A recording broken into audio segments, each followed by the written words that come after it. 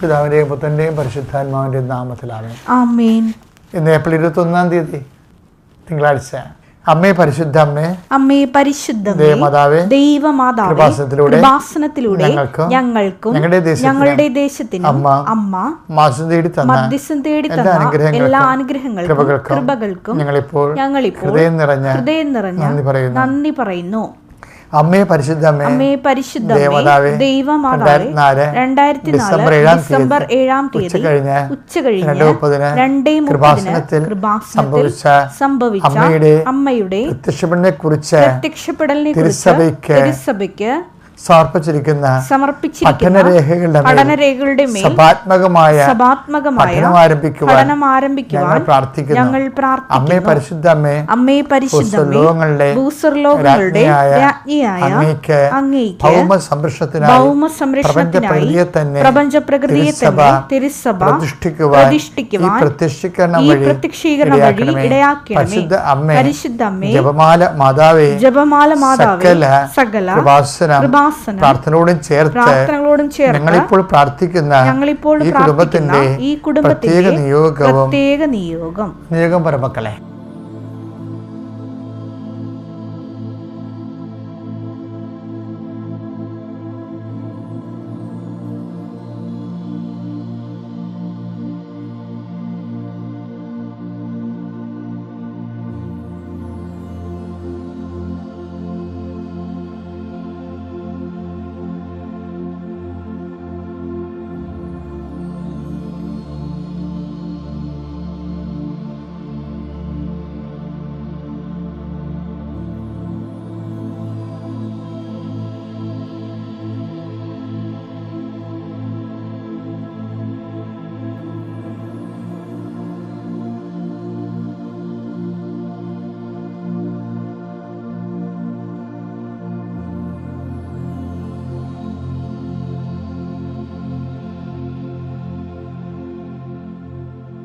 അമ്മയുടെ പ്രത്യക്ഷീകരണത്തിന്റെ ഈ അനുഗ്രഹവേളയിൽ ഞങ്ങൾക്ക് സാധിച്ചു തരുവാൻ കനിയണമേ. ആമേൻ. വിശ്വാസ പ്രമാണം. സർവശക്തനായ പിതാവും ആകാശത്തിന്റെയും ഭൂമിയുടെയും സൃഷ്ടാവുമായ ദൈവത്തിൽ ഞാൻ വിശ്വസിക്കുന്നു. അവിടുത്തെ ഏകപുത്രനും ഞങ്ങളുടെ കർത്താവുമായ ഈശോ മിശിഹായിലും ഞാൻ വിശ്വസിക്കുന്നു. ഈ പുത്രൻ പരിശുദ്ധാത്മാവിനാൽ ഗർഭസ്ഥനായി കന്യകാമറിയത്തിൽ നിന്ന് പിറന്ന് പൊന്തിയോസ് പീലാത്തോസിന്റെ കാലത്ത് പീഡകൾ സഹിച്ച് കുരിശിൽ തറയ്ക്കപ്പെട്ട് മരിച്ച് അടക്കപ്പെട്ട് പാതാളങ്ങളിൽ ഇറങ്ങി മരിച്ചവരുടെ ഇടയിൽ നിന്ന് 3-ാം നാൾ ഉയർത്ത് സ്വർഗത്തിലേക്ക് എഴുന്നള്ളി സർവശക്തിയുള്ള പിതാവായ ദൈവത്തിന്റെ വലതുഭാഗത്തിരിക്കുന്നു. അവിടെ നിന്ന് ജീവിക്കുന്നവരെയും മരിച്ചവരെയും വിധിക്കുവാൻ വരുമെന്നും ഞാൻ വിശ്വസിക്കുന്നു. പരിശുദ്ധാത്മാവിലും ഞാൻ വിശ്വസിക്കുന്നു. വിശുദ്ധ കത്തോലിക്കാ സഭയിലും പുണ്യവാന്മാരുടെ ഐക്യത്തിലും പാപങ്ങളുടെ മോചനത്തിലും ശരീരത്തിന്റെ ഉയർപ്പിലും നിത്യമായ ജീവിതത്തിലും ഞാൻ വിശ്വസിക്കുന്നു. ആമേൻ. സ്വർഗ്ഗസ്ഥനായ ഞങ്ങളുടെ പിതാവേ, അങ്ങയുടെ നാമം പൂജിതമാകണമേ. അങ്ങയുടെ രാജ്യം വരണമേ. അങ്ങയുടെ തിരുമനസ് സ്വർഗത്തിലെ പോലെ ഭൂമിയിലും ആകണമേ. അന്നു വേണ്ടുന്ന ആഹാരം ഇന്ന് ഞങ്ങൾക്ക് തരണമേ. ഞങ്ങളോട് തെറ്റ് ചെയ്യുന്നവരോട് ഞങ്ങൾ ക്ഷമിക്കുന്നത് പോലെ ഞങ്ങളുടെ തെറ്റുകൾ ഞങ്ങളോടും ക്ഷമിക്കണമേ. ഞങ്ങളെ പ്രലോഭനത്തിൽ ഉൾപ്പെടുത്തരുതേ, തിന്മയിൽ ഞങ്ങൾ രക്ഷിക്കണമേ. ആമേൻ. നന്മ നിറഞ്ഞ മറിയമേ, സ്വസ്തി. കർത്താവ് അങ്ങയുടെ കൂടെ സ്ത്രീകളിൽ അങ്ങ് അനുഗ്രഹിക്കപ്പെട്ടവളാകുന്നു. അങ്ങയുടെ ഉദരത്തിൻ ഫലമായി ഈശോ അനുഗ്രഹിക്കപ്പെട്ടവനാകുന്നു. പരിശുദ്ധ മറിയമേ, തമ്പുരാന്റെ അമ്മേ, പാപികളായ ഞങ്ങൾക്ക് വേണ്ടി ഇപ്പോഴും ഞങ്ങളുടെ മരണസമയത്തും തമ്പുരാനോട് അപേക്ഷിക്കണമേ. ആമേൻ. എൻ്റെ കർത്താവേ, നിന്റെ ഉന്നതമായ നാമത്തിന് സ്വസ്ഥം ചെയ്യുന്നു. എൻ്റെ കർത്താവേ, നിന്റെ വിശുദ്ധ പൗരോഹിത്യത്തെ മഹത്വപ്പെടുത്തുന്ന പ്രാർത്ഥിക്കുന്നു. കർത്താവെ, സഭയുള്ള സാന്നിധ്യം പ്രകടമാക്കണം. 39 വർഷം അർപ്പിച്ച കുർബാനയുടെ യുഗതയായി കൃപാസ്ഥാനത്താറ് ജീവനോടെ പ്രത്യക്ഷപ്പെട്ട പരിശുദ്ധ അമ്മയുടെ മാധ്യസ്ഥത്തിലെ ഇപ്പോൾ ഈ പ്രാർത്ഥനയിൽ എരിവോടും തീഷ്ണതയും പങ്കെടുക്കുന്ന എല്ലാ മക്കളെയും നിന്റെ ഉയർത്തുന്നേറ്റവും വിശുദ്ധമായ തിരുമുറവാർന്ന മരുതകരത്താൽ അണിപ്പെടുത്താവുന്ന അത്ഭുതകരത്താൽ നീ ആശീർവദിക്കുന്ന പ്രാർത്ഥന അടിപ്പെടുന്ന പോലെ വൈദാക്കാലം പോലെ ദൈവികമായ ശക്തി ഉച്ചമുതൽ ഉള്ളംകാലം വരെ പടരട്ടെ എന്ന് പ്രാർത്ഥിക്കുന്നു. മാരക രോഗങ്ങൾ, തീരാവ്യാധികൾ യേശു ക്രിസ്തുവിൻ്റെ ഉന്നതമായ നാമം നീങ്ങിപ്പോകട്ടെ. മനസ്സിന് ഭാരപ്പെട്ടവരെ കർത്താവിൻ്റെ ഉന്നതമായ ഈ ആശീർവാദത്തിൻ്റെ ശക്തിയാൽ നിങ്ങളുടെ മനസ്സിൻ്റെ ഭാരങ്ങൾ മഞ്ഞുപോലെ ഉരുകട്ടെ എന്ന് പ്രാർത്ഥിക്കുന്നു. കർത്താവെ, ഓരോരോ ഉദ്യമങ്ങൾക്ക് വേണ്ടിയും ഓരോരോ ഉത്തരവാദിത്തങ്ങൾക്ക് വേണ്ടിയും ഹൃദയത്തിൽ ഭാരത്തോടെയും ആശങ്കയോടെയും കർത്താവ് ഇറങ്ങിത്തിരിക്കുന്നവരെ കർത്താവെ വളരെ ഇതെല്ലാം കഴിയുമ്പോൾ അവിടെ ചെല്ലുന്ന സമയത്ത് ഞാൻ നിനക്ക് മുമ്പ് എൻ്റെ ദൂതനയക്കുമെന്ന് അരുളി ചെയ്ത കർത്താവിൻ്റെ വചനം അനുനിമിഷം നിറവേറുന്ന കൃപാസനം പ്രാർത്ഥനയിൽ ആശ്രയിക്കുന്നവരുടെ എല്ലാ ജീവിതത്തിലും അകമ്പടി പോലെ പോകുന്ന ദൈവത്തിൻ്റെ അതേ ചൈതന്യം ഇന്ന് നിൻ്റെ കൂടെ ഉണ്ടാവുകയും നിൻ്റെ യാത്ര, നിൻ്റെ ഉദ്യമങ്ങൾ, നിൻ്റെ ഇടപെടലുകളെല്ലാം കർത്താവ് നിറഞ്ഞു നിൽക്കുകയും കർത്താവ് നിനക്ക് വേണ്ടി വാദിക്കുകയും സംസാരിക്കുകയും ചെയ്യട്ടെ എന്ന് പ്രാർത്ഥിക്കുന്നു. എൻ്റെ ദൈവപൈതലെ, നീ ഇന്ന് പോകുന്ന എല്ലാ വിഷയങ്ങളിലും ഇടപെടുന്ന സംസാരിക്കുന്ന വിഷയങ്ങളിൽ, എഴുതുന്ന കാര്യങ്ങളിൽ, ഒപ്പിടുന്ന കാര്യങ്ങളിൽ എല്ലാം നീ ഒരു പദ്ധതിയെക്കുറിച്ച് ആലോചിക്കുന്ന വിഷയങ്ങളിൽ എല്ലാം കർത്താവിൻ്റെ ആത്മാവ് നിന്നെ നയിക്കട്ടെ. ഉയർത്തുന്നതിൻ്റെ കർത്താവ് മരണത്തെയും പീഡാനുഭവങ്ങളെയും മരണത്തെയും വെന്നുയർത്തുന്നതിൻ്റെ കർത്താവിൻ്റെ അതേ ചൈതന്യം എല്ലാത്തിനെയും അതിജീവിക്കാൻ, ജീവിതത്തിൻ്റെ എല്ലാ ക്ലേശകരമായ സാഹചര്യങ്ങളെയും അതിജീവിക്കുവാൻ നിനക്ക് കൃപയും ശക്തിയും നൽകട്ടെ. കുഞ്ഞുങ്ങളെ ഓർത്ത് വേദനിക്കുന്ന മാതാപിതാക്കന്മാരുണ്ട്, അവിടെ ദുർനടപ്പോർത്ത് വേദനിക്കുന്ന മാതാപിതാക്കന്മാരുണ്ട്. ഈ ദിവസങ്ങളിൽ സംഭവിച്ചിട്ടുള്ള അരുതായ്മകളാൽ കുടുംബത്തിൽ ഭാരപ്പെട്ടിരിക്കുന്നവരുണ്ട്. അങ്ങനെയുള്ള എല്ലാ വ്യക്തികളും നിരാശപ്പെടാതെ ഇപ്പോഴീ ആശീർവാദം സ്വീകരിച്ചുകൊണ്ട് കർത്താവിൻ്റെ ആശ്രയിച്ചുകൊണ്ട് നീ വചനമെടുത്ത് പ്രാർത്ഥിച്ച് നോക്കുക. അപ്പോൾ നിന്നെക്കുറിച്ചുള്ള അരുളപ്പാടുകൾ കർത്താവ് നിന്നോട് പറയുകയും കർത്താവ് നിൻ്റെ കൂടെ ഉണ്ട്, ആരെല്ലാം നിന്നെ ഉപേക്ഷിച്ചാലും ഒറ്റപ്പെടുത്തിയാലും ദൈവം നിന്നെ ഒറ്റപ്പെടുത്തിയാലും സത്യം നീ ഇന്ന് മനസ്സിലാക്കും.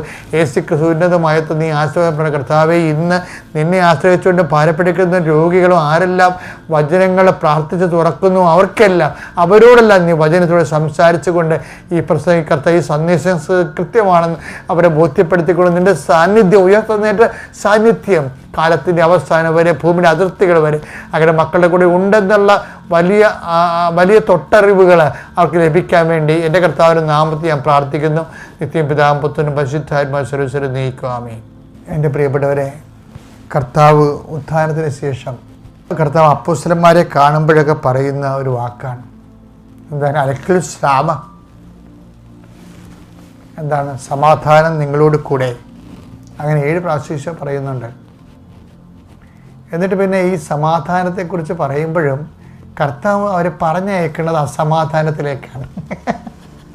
മനസ്സിലായില്ല? ഈ കുർബാനയുടെ ഇടയ്ക്ക് നമുക്ക് സമാധാനം കിട്ടുമല്ലോ. ഇപ്പോൾ സമാധാനം നിങ്ങളുടെ കൂടെ നിന്ന് പുരോഹിതൻ പറയുന്നുണ്ടെങ്കിലും നമ്മൾ പുറത്തിറങ്ങുമ്പോൾ നമുക്ക് പല വിഷയങ്ങളിലും നമ്മൾ അസമാധാനവും അസന്തുഷ്ടിയുള്ളവരായിരിക്കും. അപ്പോസ്തലന്മാർക്കും അങ്ങനെ തന്നെ ഇരുന്നത്. എന്താണ്? അലക്ക് സ്ലാമ എന്ന് പറഞ്ഞുകൊണ്ട് അപ്പോസ്തലന്മാരെ ഈശോ യാത്രയാക്കും. സമാധാനം നിങ്ങളുടെ കൂടെ എന്ന്, അല്ലെങ്കിൽ നിങ്ങൾക്ക് സമാധാനം എന്ന് പറഞ്ഞുകൊണ്ട്. പക്ഷേ അവരെ പറഞ്ഞേക്കണേ എങ്ങോട്ടാണ്? അസമാധാനത്തിലേക്കാണ്. എന്ന് വെച്ച് കഴിഞ്ഞാൽ കർത്താവ് നിങ്ങൾ പറഞ്ഞത് നിങ്ങളെ ചെന്നാക്കയിടയിലേക്ക് കുഞ്ഞാടുകളെ എന്ന പോലെയാണ് നിങ്ങളെ അയക്കുന്നതിൽ പറഞ്ഞത്. അപ്പോൾ കുഞ്ഞാടുകളെ എങ്ങാനും ചെന്നാക്കയിടയിൽ വല്ല സമാധാനം ഉണ്ടാകുക? പിന്നെ അവിടുത്തെ സമാധാനം ഏതാണ്? ആ സമാധാനം എന്ന് പറഞ്ഞത് ആശംസയിലൂടെ കർത്താവ് വാഗ്ദാനമാണുള്ളത്. കർത്താവിൻ്റെ സമാധാനം നമ്മുടെ വാഗ്ദാനമാണ്. നമ്മളെന്താ പറയുന്നത്? ഈശോമിശിഹായുടെ വാഗ്ദാനങ്ങൾക്ക് ഞങ്ങൾ യോഗ്യരാകുവാൻ സർവേശ്വര പരിശുദ്ധാത്മാവേ ഞങ്ങൾക്ക് വേണ്ടി അപേക്ഷിക്കണമേ. അപ്പം കർത്താവ് വാക്ക് പാലിക്കുന്നവനാണ്. സാഹചര്യങ്ങൾ ഭിന്നമായിരുന്നാലും പ്രതികൂലമായിരുന്നാലും കർത്താവ് നമ്മൾക്ക് സമാധാനം നൽകി വിടുന്നത് തിരുവുദ്ധാനത്തിൻ്റെ സമാധാനമാണ്. തിരുവുദ്ധാനത്തിൻ്റെ സമാധാനം എന്ന് പറഞ്ഞാൽ എന്താണ്? ലോകം തരുന്ന പോലെ അല്ല ഞാൻ നിങ്ങൾക്ക് തരുന്ന സമാധാനം. ലോകത്ത് നിങ്ങൾക്ക് ഞെരുക്കങ്ങളുണ്ടാവും, എങ്കിലും ധൈര്യമായിരിക്കും. ഞാൻ ലോകത്തെ കീഴടക്കി എന്ന് പറയുമ്പോൾ നിൻ്റെ അസമാധാനം നിനക്കുണ്ടാക്കുന്ന സാഹചര്യങ്ങളെ കീഴടക്കാനുള്ള ആത്മശക്തിയുടെ ആശംസകളാണ് കർത്താവിൻ്റെ സമാധാനമെങ്കിലേ. ആ സമാധാനം വാക്ക് പാലിക്കുന്നവൻ്റെ വാഗ്ദാനമാണെങ്കിലേ അത് ഒരാശംസയേക്കാളുപരി കർത്താവിൻ്റെ സമാധാനം ഒരു വാഗ്ദാനമാണ്. നമ്മൾ അവിശ്വസ്തരായിരുന്നാലും ശരി, അവൻ വിശ്വസ്തനായിരിക്കും എന്ന് പറയുന്നില്ലേ? 2 തിമോത്തി 2:13. നാം അവിശ്വസ്തനായിരുന്നാലും അവൻ വിശ്വസ്തനായിരിക്കും. എന്തെന്നാൽ തന്നെ തന്നെ നിഷേധിക്കുക അവന് സാധ്യമല്ല. ഞാൻ എന്താ നിങ്ങളോട് പറഞ്ഞത്? അലക്കുസ്ലാമ, സമാധാനം നിങ്ങളുടെ എന്ന് പറയുന്നത് എന്താണ്? അതൊരു ആശംസയല്ല. ആശംസയായിട്ടാണ് നമ്മൾ പഠിപ്പിക്കപ്പെട്ടിരിക്കുന്നത്. പക്ഷെ എന്താണത്? അത് കർത്താവിൻ്റെ വാഗ്ദാനമാണ്. ആ കർത്താവിൻ്റെ വാഗ്ദാനത്തിൻ്റെ പ്രത്യേകത എന്താണ്? വാഗ്ദാനം പ്രാപിക്കുന്നവർ വിശ്വസ്തയുള്ളവരാണ്. പക്ഷേ കർത്താവ് എന്താ പറഞ്ഞിരിക്കുന്നത്? നിങ്ങൾ അവിശ്വസ്തരായിരുന്നാലും നമ്മൾ അവിശ്വസ്തരായിരുന്നാലും ഞാൻ വിശ്വസ്തനായിരിക്കും എന്നാണ്. എൻ്റെ അർത്ഥം എന്താണ്?